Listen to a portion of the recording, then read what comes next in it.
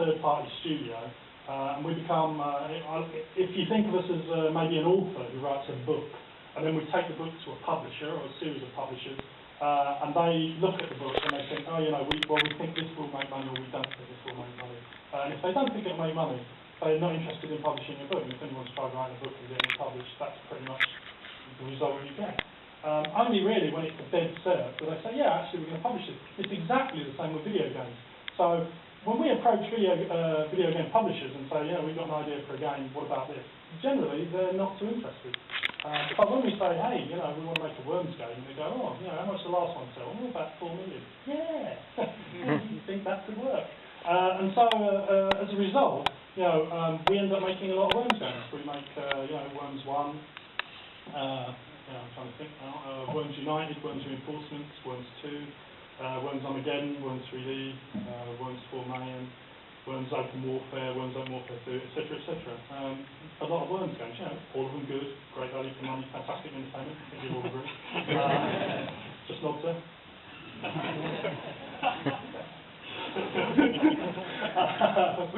So that's what happens, and that's a problem for a lot of independent studios. They get, you know, they make something, it's incredibly successful, and so publishers say, people like it, let's make some more. And you see it in a minute, you know, this Christmas, you know, what are the biggest titles going to be?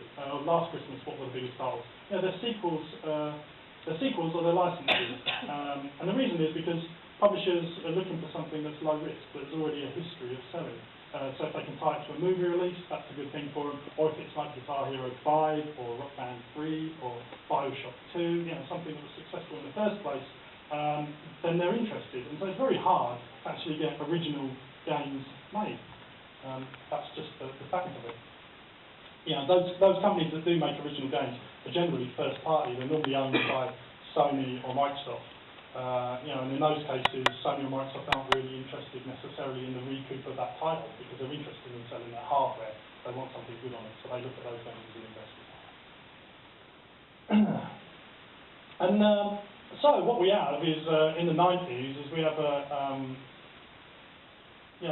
list of alien breed almost breeds. The first one of them is Alien Breed Conflict, or ABC. Quick show of hands, does anybody remember this, getting any press coverage?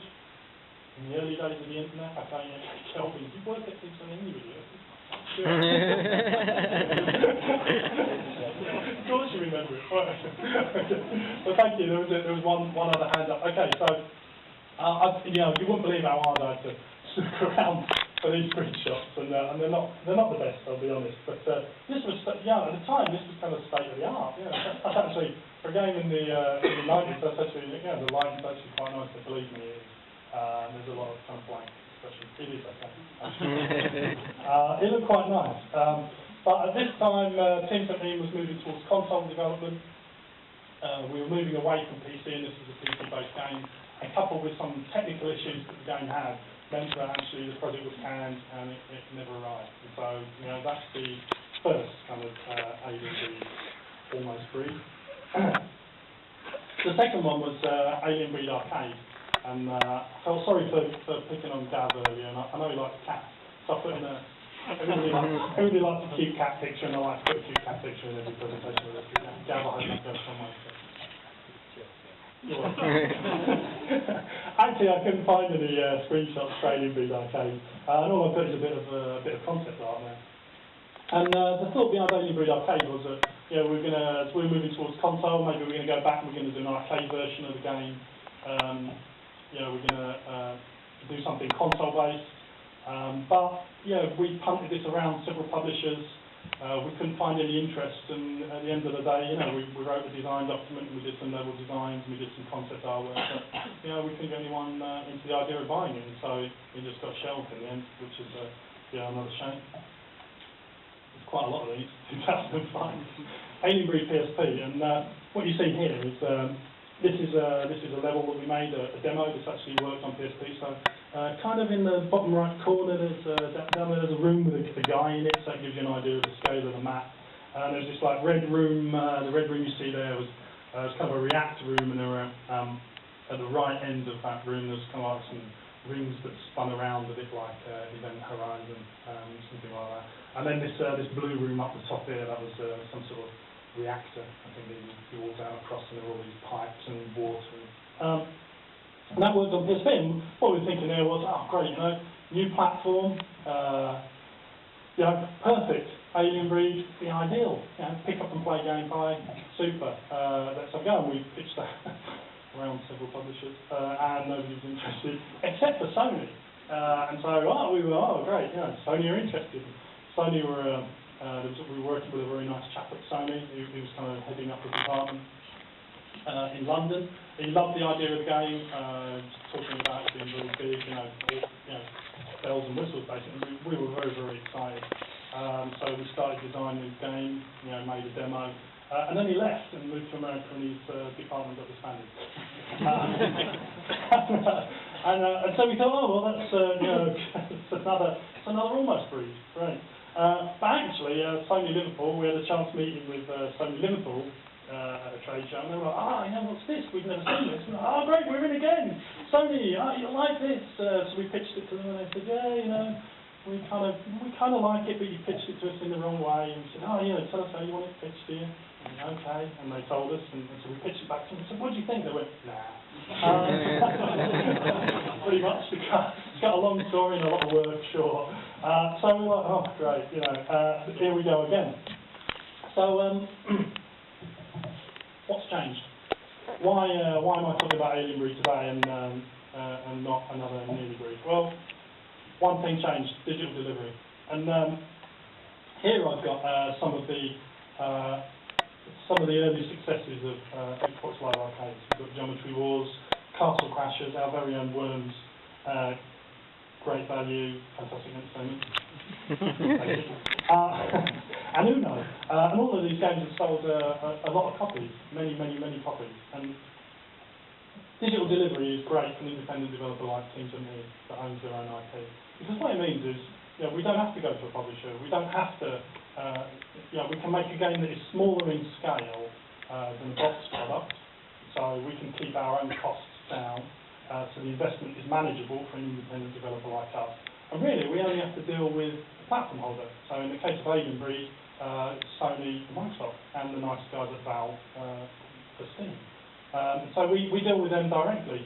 And the other good thing is that it makes it viable financially. So those of you in the industry, you probably know this, but those of you not in the industry, out of your £40 that you spend on a game, the developer only gets a fraction of that.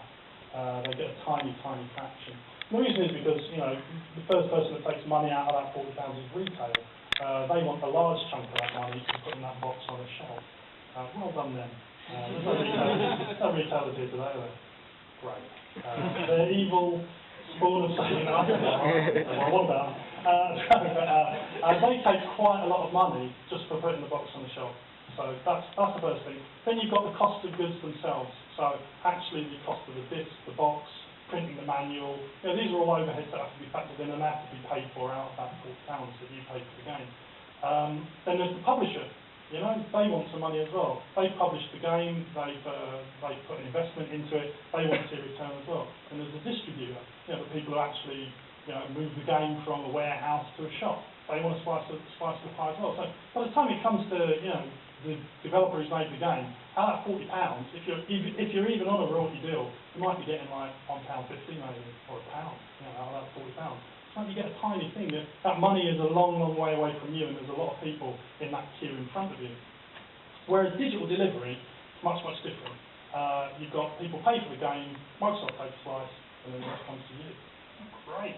And the other thing is there's no piracy, which is something that does affect independent developers like Team 17, no matter what people say. That does take money out of our pockets. And there's no use market as well.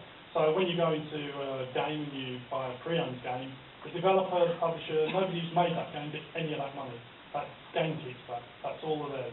So they can sell a game for £40 and then they'll buy it back from somebody for £7, and then they'll sell it again for £30, and then they'll buy it back again for a £5, then they'll sell it again for £20, and it carries on. Each time they make that transaction, the developer's getting none of that. That's just games money, and it counts now for 1/3 of their income. That's for 1/3 of their business.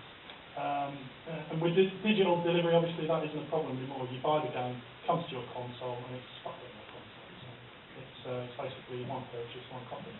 So it's very good for a company like 1017. So we released Worms March 2007, and Worms has been incredibly successful on Xbox Live Arcade. I don't think I'm allowed to say how many it's sold. It's got many copies. Anybody around it? Too many of you? A few more, please. I'm honest, I'm slightly disappointed. For those of you who didn't have it. It's a great game, fantastic value for money, etc., etc. But Worms was incredibly successful, and after we made Worms on Xbox Live Arcade, our kind of first tentative digital title, we had an idea about maybe making an Alien Breed game. I don't know why we would have that idea after all of the nearly Alien Breed titles that we kind of worked